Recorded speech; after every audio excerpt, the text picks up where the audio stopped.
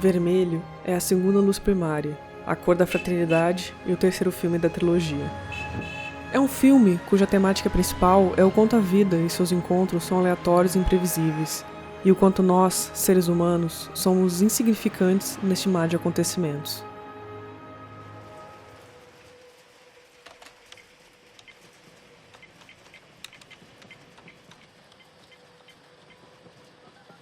Na primeira cena, o namorado de Valentine liga e nós podemos visualizar a distância física entre eles.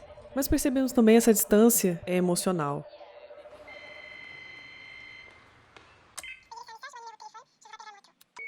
Valentine, t'es chez toi? T'es là? Non, t'es pas là. Bon, je rappellerai cet après-midi. Michel, j'étais en train de prendre mon petit déjeuner. Valentine atende somente na segunda ligação e percebemos que a conversa não evolui de algumas palavras desconexas, barulhos de fundo e breves palavras de despedida. Valentine tenta demonstrar a falta que o namorado faz, mas não sabe usar as palavras. Há ruídos na comunicação, se expressa mal e se mostra constantemente distraída nos poucos momentos em que podem falar. Mesmo nesse estado de distanciamento, Valentine se mantém fiel, pois é a coisa correta a se fazer nessa situação.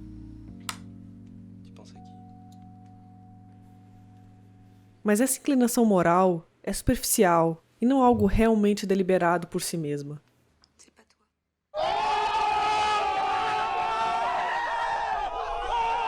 Apesar de se mostrar alegre e cheia de energia na frente das pessoas, quando está solitária, podemos ver o real estado de exaustão e solidão em que se encontra. E é esse estado que a põe no acidente e leva sua vida para um curso inesperado. O acaso é o efeito colateral dos problemas que você não tem controle sobre.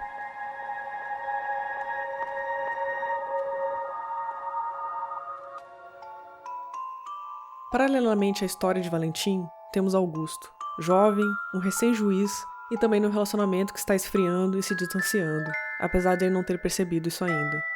Valentim e Augusto apresentam várias semelhanças entre si. Ambos gostam de balé, livros, animais. São pessoas carismáticas e estão sempre querendo ajudar. Vivem próximos, ambos estão no relacionamento falido, seriam perfeitos um para o outro. Mas apesar disso, nunca se cruzam. O vermelho está presente em objetos, vestuário, carros, no sangue, a parte mais íntima e visceral. Diante da vida e da morte, Valentine é obrigada a agir e assumir responsabilidades de seus atos. E esse sangue sela o destino de Valentine com um personagem que nunca sabemos o nome. Sabemos que ele é dono de Rita, a cadela, e juiz aposentado. Je suis désolée, je pense que j'ai écrasé votre chien. A fraternidade, ao meu ver, é um passo além da igualdade tratada pelo filme anterior da trilogia, A Igualdade é Branca.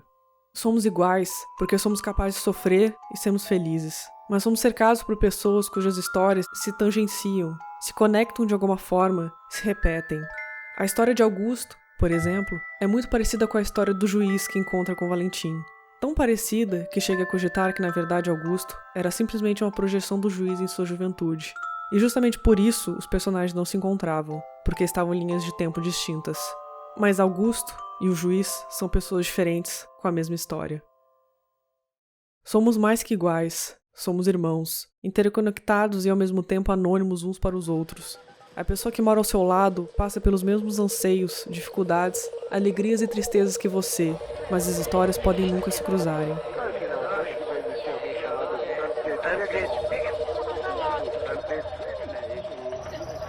O encontro do juiz com Valentine acontece porque Valentine atropela a cadela dele, e ambos acabam ensinando muito um para o outro. Valentine é muito ingênuo em relação a dilemas morais, acha que as coisas são facilmente discerníveis entre certo e errado. Sempre está disposta a ajudar ou fazer o correto, mas fazer o correto nem sempre é óbvio. Ao atropelar a cadela, ela encontra o endereço do dono e a leva imediatamente para ele. Mas ao juiz recusar receber a cadela, ela a leva para o veterinário, cuida dela. Mas por que não o contrário? O certo a se fazer parece nebuloso e incompreensível, e Valentine vai adaptando seus parâmetros com o decorrer dos acontecimentos. Elle est sur la banquette arrière de ma voiture, vivante.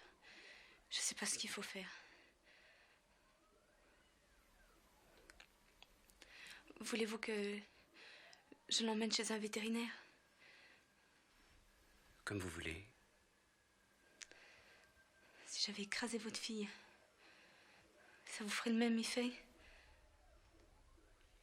Je Je n'ai pas de fille, mademoiselle.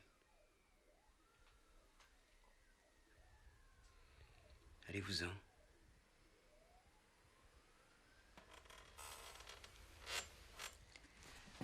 Ne fermez pas la porte!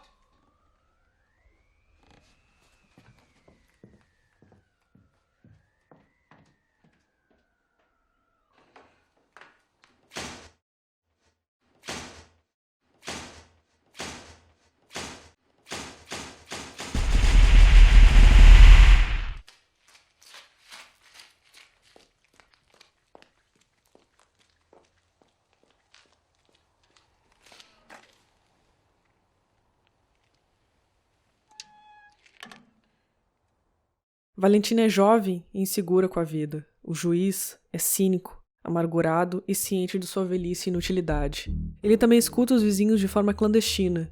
Isso choca e revolta Valentine.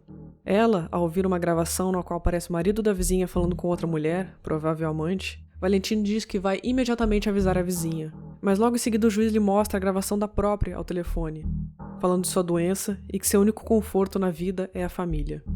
O juiz então questiona Valentine do que seria correto, do que seria uma boa ação nesse caso. Avisar a vizinha que o marido a trai e romper com a paz e a harmonia do lar de alguém já doente e debilitado? Ou não avisar e viver com essa culpa na consciência de deixar outra pessoa viver uma ilusão? O certo e errado não é tão simples. Preto no branco. Valentine finalmente percebe a fragilidade de suas boas ações e de convicções. O juiz instiga ainda mais Valentine ao questionar por que ela ajudou a cadela dele quando ele a recusou em primeiro lugar. Levou ao veterinário e cuidou dela quando ele mesmo não estava interessado. Você fez isso por boa vontade ou por validação? O juiz aposentado assume que está num papel de julgar outra pessoa, profissão a qual exerceu boa parte da vida, é falsa modéstia, é pura vaidade. Diz que faria o mesmo no lugar dessas pessoas. Também mataria, roubaria, praticaria atrocidades, porque a vida das pessoas pode ser muito difícil e complicada. Ele tem a lucidez de reconhecer que as pessoas são indefesas diante das forças invisíveis dos acontecimentos e da sorte. Para alguém, no final, julgar de forma imparcial com base em fatos e leis. O juiz, que se mostrava tão distante emocionalmente, frio e cínico, tem um discurso mais empático dos personagens. We eat our prey alive, and when we don't, we lay our eggs in their eyeballs so that our young can feast on their brains when they hatch. When you're born that big an asshole, the least you can do is have a little empathy. Disgusting! Valentine finalmente entende o que falta em suas boas ações, entender e enxergar o outro, suas necessidades, seus sofrimentos e sua história. Empatia. A convivência é impactante para ambos, e nesse processo podemos observar um sentimento nascer. Porém o romance não acontece. Há uma diferença de 40 anos entre eles.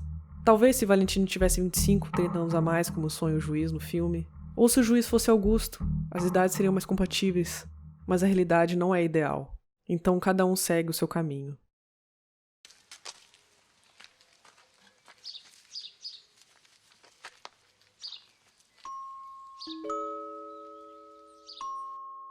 L'action des sauveteurs. Dans ce secteur, les causes de la catastrophe restent inconnues. D'après la liste des passagers, le ferry transportait 1435 personnes. La femme d'un célèbre compositeur français décédé l'année dernière, le français Olivier Benoît.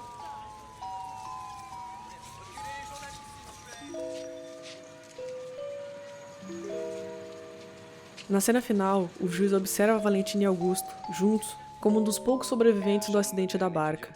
E nesse momento, ele pode sonhar que, de alguma forma, podem ter uma história juntos, enquanto se projetam em Augusto. Assim como projetou estarem juntos no sonho com Valentine mais velha.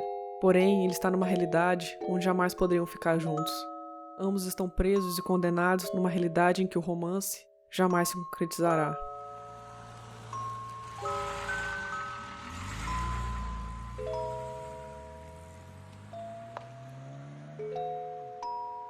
Olhando retroativamente os acontecimentos de uma vida inteira, nós escrevemos o que aconteceu como se tudo tivesse sido um grande plano. Porém, do contrário, assumir quão vastas são as chances contra qualquer tipo de acontecimento seria humilhante demais.